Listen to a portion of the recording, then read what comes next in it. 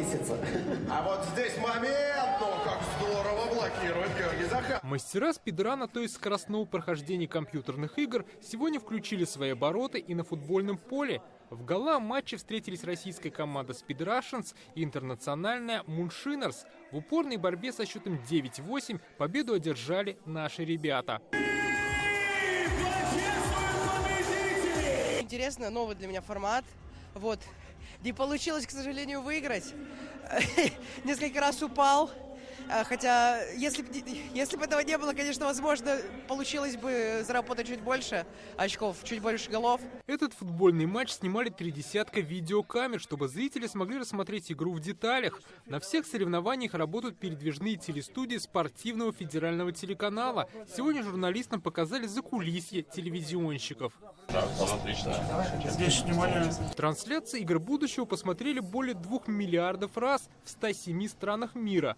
Как отмечают организаторы, в Казани они применили все мультимедийные новинки. Это и дополненная реальность, и гармоничный переход из виртуального в реальный мир соревнований. С точки зрения инноваций и с точки зрения новой технологичности, подхода вообще к показу спортивного продукта, мы потом как-нибудь напишем книжку отдельную. Мы присутствуем на всех глобальных стриминговых платформах, на нишевых, на региональных стриминговых платформах, практически во всех социальных сетях, в наших собственных аккаунтах. Мы гордимся тем, что нам за короткое время удалось сформировать 240 фактически каналов конечной доставки контента до потребителя. Он получает грамоту как свидетельство первого места. Так весь мир увидел триумф сборной Татарстана по фиджитал-гольфу. Наша команда заняла первое место в региональном зачете. Гольфисты показали лучшие результаты в 3 дивизионах, где учитывалась тактика и скорость в виртуальном и реальном пространствах. Большая подготовка тоже была. Мы готовились к этому дню.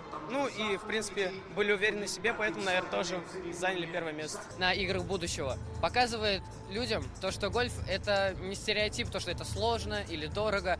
Этим может заниматься каждый. Я очень рад, что много людей были заинтересованы данным видом спорта, подходили, смотрели, болели. Закулисье игр будущего насыщены бесплатными интерактивными развлечениями. На Казань-Экспо все дни турнира открыт город будущего. Гостям помогают волонтеры и развлекают артисты в костюмах персонажей компьютерных игр. Заряжаем на день, в принципе.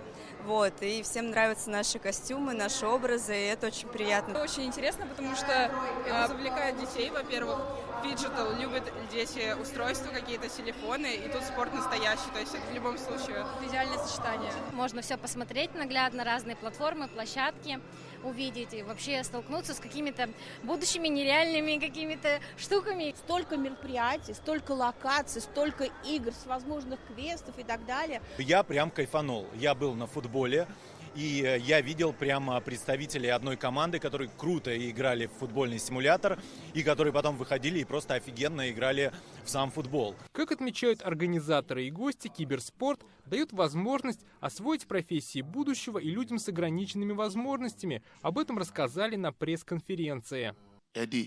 Я хочу поблагодарить организаторов за это соревнование. Это важно и для людей с ограниченными возможностями, и для детей, которые могут почувствовать свои возможности. Игры будущего завершатся завтра. Пройдут финальные соревнования по фиджитал-гонкам и скейтингу. Также состоится церемония закрытия.